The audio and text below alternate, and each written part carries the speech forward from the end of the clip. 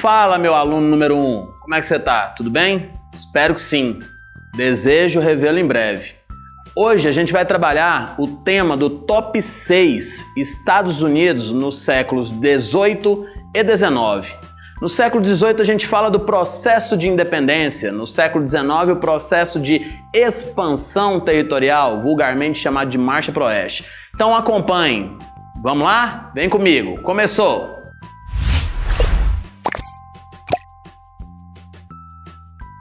Galera, então vamos lá? Esse é o Top 6 Estados Unidos e hoje, conforme dito, o nosso assunto sobre Estados Unidos será os Estados Unidos no século XVIII. Vamos falar que foi no século XVIII que aconteceu o primeiro processo de independência no continente americano, a independência dos Estados Unidos da América.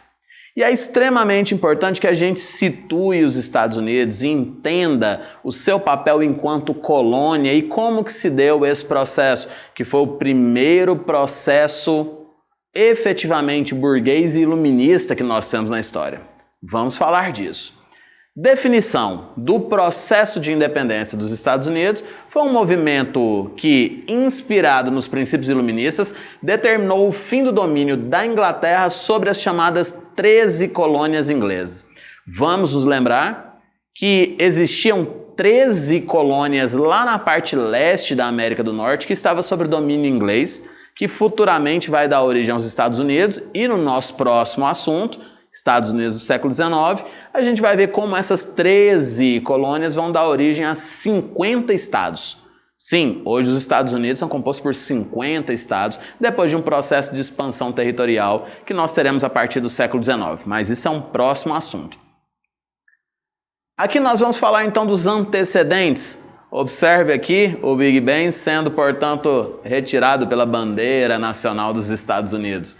Os Estados Unidos até o século XVIII tinham uma certa autonomia, mesmo sendo uma colônia. Isso é muito importante que você entenda que o inglês ele vivia com autonomia na porção colonial das 13 colônias, principalmente na parte norte das colônias do norte, como nós vamos caracterizar daqui a pouco.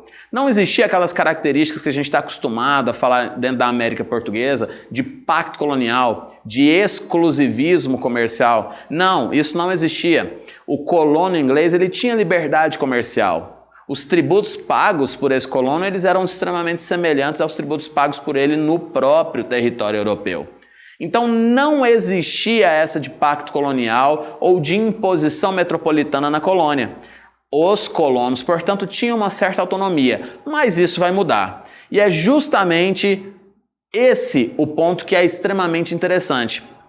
Primeiro vamos situar. Das 13 colônias inglesas, nós temos as colônias do norte.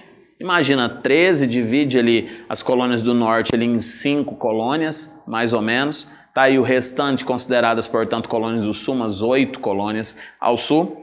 E as colônias do norte das 13 colônias tinham características geomorfoclimáticas muito parecidas com a da Inglaterra. É justamente por isso que chamamos as colônias do norte de colônias de povoamento. Portanto, ali nós temos a confecção, a estruturação de uma nova Inglaterra. Por isso, alguns nomes tais como Nova York, Nova Jersey, justamente porque ali era uma extensão de uma Inglaterra. Nós temos as manufaturas a serem desenvolvidas, depois vale a pena dar uma lida sobre o comércio triangular que ali era estabelecido, e nós temos também o trabalho livre como principal característica, um pouco distinto daquilo que a gente vê nas colônias do sul. As colônias do sul aproximam muito mais as 13 colônias inglesas do que a gente conhece no Brasil, por exemplo. Essa comparação ela aparece em prova de vestibular, então isso é interessante que você anote. As colônias do sul eram colônias de exploração.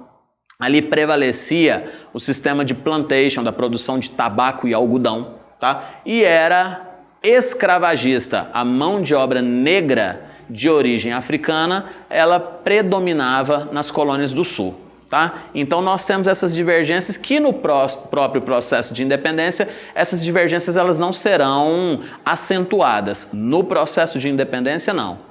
No processo, não. No processo de expansão territorial, essa sim, culminando no século XIX numa importante guerra, a Guerra Civil Americana, que também vamos comentar sobre isso depois. Dentro dos antecedentes, você deve estar anotando aí, tem um antecedente que é extremamente importante, eu diria inclusive o principal. O principal antecedente do processo de independência dos Estados Unidos foi essa guerra, que foi denominada didaticamente de Guerra dos 7 Anos. Por um motivo óbvio, entre 1756 e 63, nós temos conflitos que acontecem no continente americano entre colonos americanos do norte e colonos franceses do que hoje seria Canadá. Você sabe que a América do Norte ela teve um processo de colonização inglês e francês. Pois é, havia disputa entre os colonos ingleses do norte e os colonos franceses do Canadá. Disputa por territórios como o Lago Ontário, como a região dos Montes Apalaches, eram regiões extremamente importantes para o desenvolvimento colonial. E é claro que essa guerra aconteceu aqui na colônia, mas foi financiada pelas respectivas coroas. Inglaterra e França, que nós sabemos que historicamente são rivais de muito tempo. A citar aí Guerra dos 100 Anos e outros conflitos entre os dois países. O detalhe é que dessa guerra, a Inglaterra saiu vitoriosa. Sim, as colônias inglesas venceram a Guerra dos 7 Anos.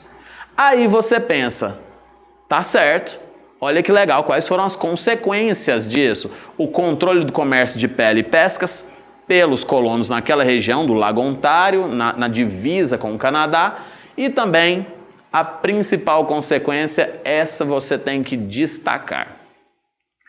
A Inglaterra gastou muito nessa guerra. E mesmo saindo vitoriosa, o imediato ônus, ou seja, o imediato prejuízo da Inglaterra, fez com que a coroa inglesa, passasse a estabelecer leis que promoviam o imediato aumento de impostos. Sim, a coroa inglesa aumentou os impostos sobre os colonos, estabelecendo algo que até então não era comum. Você lembra? Há pouco eu disse a você que não existia pacto colonial.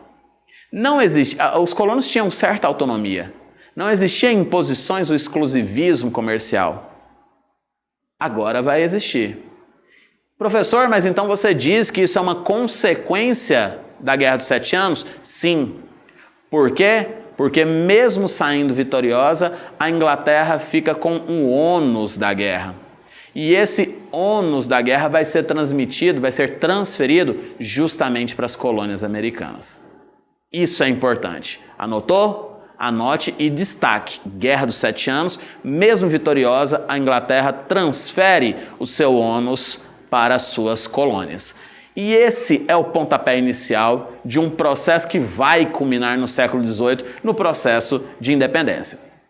A Revolução Industrial também é um fator externo que impulsiona esse processo de independência. Por quê? Porque a Inglaterra tinha vivenciado já a sua primeira experiência industrial. A gente sabe que a primeira fase da Revolução Industrial se dá ali em meados do século XVIII, por volta de 1750. Portanto, a Inglaterra buscava aumentar seus mercados consumidores e é óbvio que era muito interessante para a burguesia inglesa que vivia na Europa que tivesse mercados consumidores exclusivos dos seus produtos. Isso também será um fator de imposição dos ingleses sobre os colonos. Vale anotar. Restrições mercantilistas aos colonos americanos e imposição do pacto colonial. Algo que até então não existia na relação entre Inglaterra e as 13 colônias. Mas como que se dão essas restrições? Vem cá. Foi assinada em 64, ou seja, um ano depois do fim da Guerra dos 7 Anos, a Lei do Açúcar. A Lei do Selo. Que leis são essas? São leis que estabelecem o monopólio da coroa inglesa sobre esses determinados produtos. Sabe o que isso quer dizer? Que a partir de agora, segundo a Lei do Açúcar, os colonos americanos só poderiam consumir açúcar vindo da metrópole, com um preço exorbitante. A lei do selo dizia que toda a transação comercial, todo o documento deveria vir com um timbre da coroa inglesa, e esse timbre tinha um valor, também muito importante para o descontentamento do colono. Os atos de Stonehenge de 1763 promovem outras taxações, aqui a citar, para o vidro, o papel e o chá. Imagina o chá. O chá, que era uma bebida culturalmente conhecida entre os ingleses e entre seus colonos, não vai ser diferente. Imagina o preço sobre o chá, e ficou muito alto, justamente por esse monopólio estabelecido pela coroa através dessas que foram conhecidas como restrições de pacto colonial. Quando a gente chega em 1770, acontece o primeiro conflito direto entre colonos e ingleses da Europa, entre metropolitanos e colonos, que é conhecido como o Massacre de Boston. Nós temos até um episódio, vale a pena você anotar para dar uma lida depois, que é a famosa Festa do Chá de Boston, onde alguns colonos, transvestidos de índios para não serem identificados, entraram em vários navios ingleses, da coroa inglesa, que estavam atracados no porto de Boston, e simplesmente jogaram toneladas de chá no mar, como uma forma de manifestação contrária ao pacto colonial. A consequência disso é um massacre. Nós temos um massacre. Ali a relação entre colonos e metropolitanos começa a estremecer. Para piorar um pouco, nós ainda temos as chamadas leis intoleráveis. Com um nome desse, não dá para ser coisa boa. Leis intoleráveis. A coroa inglesa estabeleceu que os portos americanos estariam fechados, 100% fechados, até que as pessoas envolvidas na famosa Festa do Chá de Boston fossem presas e julgadas. As leis intoleráveis, portanto, restringiram qualquer entrada e saída dos portos de Boston. Isso foi terrível para o colono. Foi muito ruim. É quando, pela primeira vez, alguns grandes colonos, principalmente da região norte, se reúnem no que ficou conhecido como o Primeiro Congresso ou Conferência da Filadélfia, em 1774, exigindo da coroa inglesa a abertura dos portos e o fim das leis intoleráveis. A coroa inglesa não aceitou. Isso acabou impulsionando um primeiro grande conflito pela independência dos Estados Unidos. Esse grande conflito ainda foi fortemente reprimido pelos membros da coroa, da metrópole, o que acaba impulsionando um segundo congresso na Filadélfia.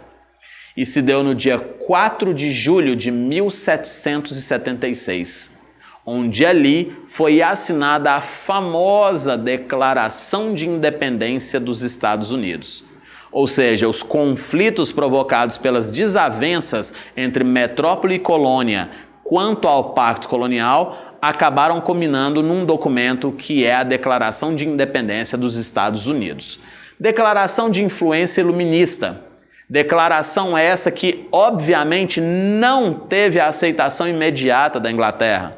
É justamente por isso que começou, a partir daí, a guerra pela independência da Inglaterra. A guerra pela independência em relação à Inglaterra. Então, a declaração, queridos, é de 76. Mas o reconhecimento da independência é de 83, 7 anos depois. Foi uma luta intensa, com participação de franceses, holandeses e até espanhóis apoiando os norte-americanos, justamente porque tinham interesse em seus mercados. A vitória dos Estados Unidos foi concretizada na assinatura do Tratado de Paris, tratado esse de 1783. Tratado esse que consolida o processo de independência dos Estados Unidos e a aceitação da Inglaterra em relação a essa separação. Foi assinado em Paris. Depois desse Tratado de Paris, nós temos, portanto, a aprovação da Carta Magna Americana, em 1787. Baseado em princípios iluministas, se estabelece uma república federativa, se estabelece a divisão em 3 poderes baseados em Montesquieu, executivo, legislativo e judiciário, se estabelece o direito à liberdade, que era um princípio do iluminismo, as liberdades individuais, a propriedade privada, e estabelece um voto censitário, que exclui aqui índios, negros e mulheres ainda de seus direitos constitucionais. Algo que durante muito tempo dentro da nação americana ainda vai ser debatido. O princípio constitucional de inclusão de índios, negros e mulheres. E após a Constituição Americana de 1787, nós temos, portanto, a formação da nação americana, dos Estados Unidos da América. O primeiro presidente norte-americano foi o presidente George Washington, eleito em 1789.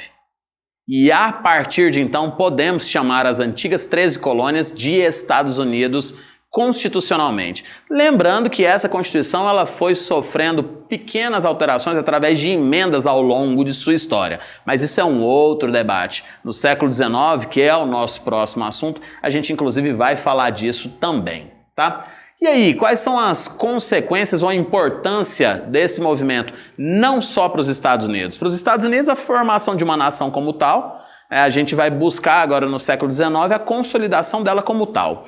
Mas e o restante? Vamos lá? Para começar, influenciou os demais processos de independência da América, como se fosse um efeito cascata, ou seja, os Estados Unidos influenciam praticamente toda a América do Sul em seus processos de independência, tá? Como a pioneira desses processos.